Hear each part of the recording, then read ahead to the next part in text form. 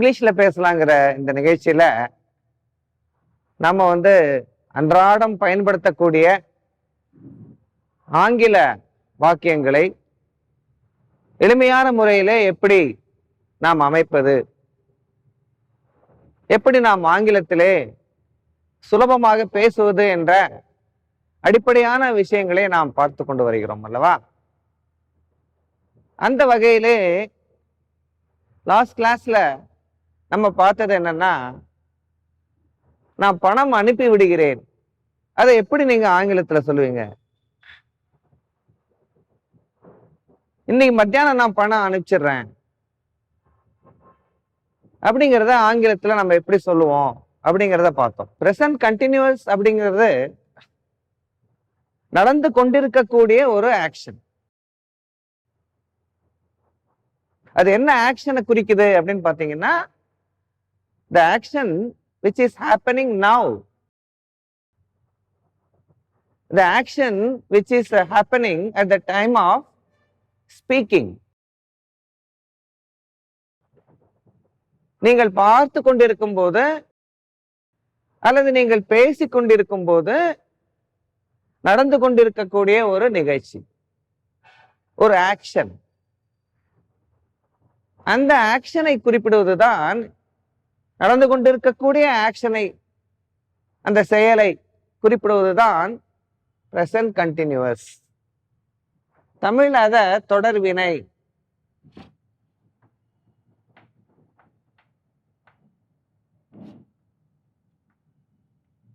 பார்த்து கொண்டிருக்கும் போது, பேசிக் கொண்டிருக்கும் போது தொடர்ந்து நடந்து கொண்டிருக்கக்கூடிய ஆக்ஷன். இதை குறிப்பிடுவதுதான் இந்த பிரசன்ட் கண்டினியூஸ்.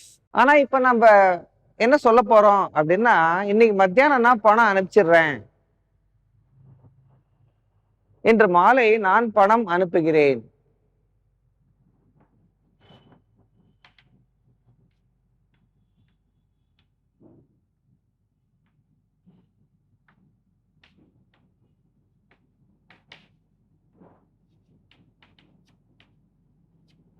இன்று மாலை நான் பணம் அனுப்புகிறேன். அப்பா, இன்னைக்கு மத்தியானம் நான் பணம் அனுப்பிச்சிடுறேன்ப்பா. அதை எப்படி நம்ம ஆங்கிலத்தை சொல்றோம்னா, அதுக்கு இந்த பிரசன்ட் கண்டினியூஸ் டென்ஸ் பயன்படுகிறது. நான்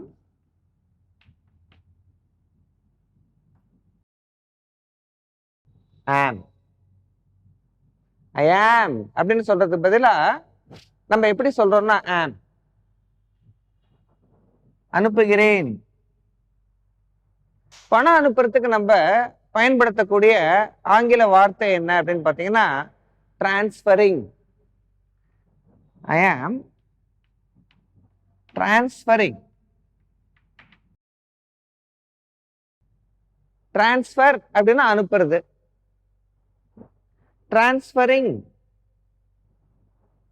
அப்படின்னா இப்போ நான் பணம் அனுப்ப போறேன், மத்தியானம் நான் அனுப்பிச்சிடுறேன் அப்படின்னு சொல்றதுக்கு நம்ம இந்த continuous tense ING,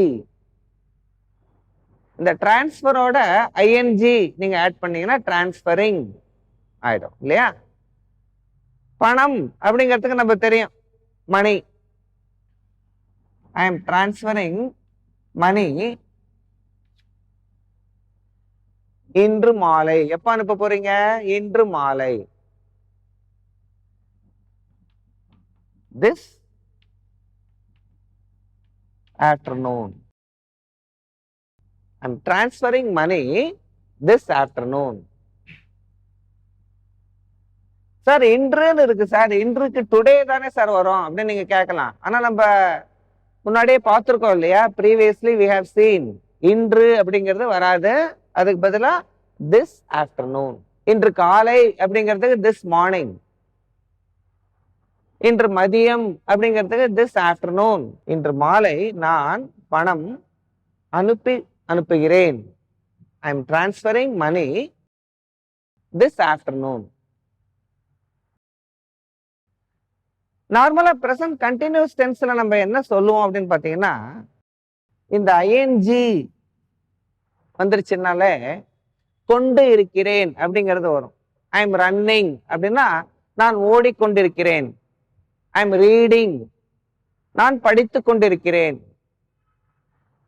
I am transferring அப்படின்னா நான் அனுப்பி கொண்டிருக்கிறேன் அப்படிங்கிற மீனிங் இந்த இடத்துல வராது. நம்ம எதுக்காக இந்த வார்த்தையை பயன்படுத்துறோம் அப்படின்னா ஃபியூச்சரை, இம்மீடியட் ஃபியூச்சரை இண்டிகேட் பண்றதுக்காக. காலையில நீங்க பேசுறீங்க, மாலையில நீங்க பணம் அனுப்ப போறீங்க. இம்மீடியட் ஃபியூச்சர் அப்படிங்கிறது அதுதான். காலையில நீங்க பேசிட்டு இருக்கீங்க, மாலையில நீங்க பணம் அனுப்ப போறீங்க. அதை இண்டிகேட் பண்றதுக்கு கூட நீங்க பயன்படுத்தக்கூடிய இந்த டென்ஸ் என்னன்னு பாத்தீங்கன்னா பிரசன்ட் கண்டினியூஸ் டென்ஸ். இதை எப்படி சொல்லணும் அப்படின்னா இன்று மாலை நான் பணம் அனுப்பி கொண்டிருக்கிறேன் அப்படின்னு சொல்லக்கூடாது. இன்று மாலை நான் பணம் அனுப்புகிறேன் அப்படின்னு தானே சொல்லுவீங்க. அதை கண்டினியூஸ் டென்ஸ் போட்டு நம்ம பயன்படுத்தும் போது I am transferring money this afternoon, today afternoon அப்படின்னு சொல்லக்கூடாது. This afternoon. எங்க அப்பா இன்னைக்கு மத்தியானம், இன்று மாலை எங்க அப்பா வராரு. உங்க அப்பா எப்படா வராரு? எங்க அப்பா இன்னைக்கு மாலை, இன்றைய மாலை வராரு அப்படின்னு சொல்றதுக்கு எப்படி நீங்க இங்கிலீஷ் சென்டென்ஸ் நீங்க ஃப்ரேம் பண்ணுவீங்க? எங்க அப்பா இன்னைக்கு மாலை வராரு, இன்று மதியம் எங்க அப்பா வராரு. யோசிச்சு வைங்க. நம்ம நெக்ஸ்ட் செஷன்ல பார்ப்போம்.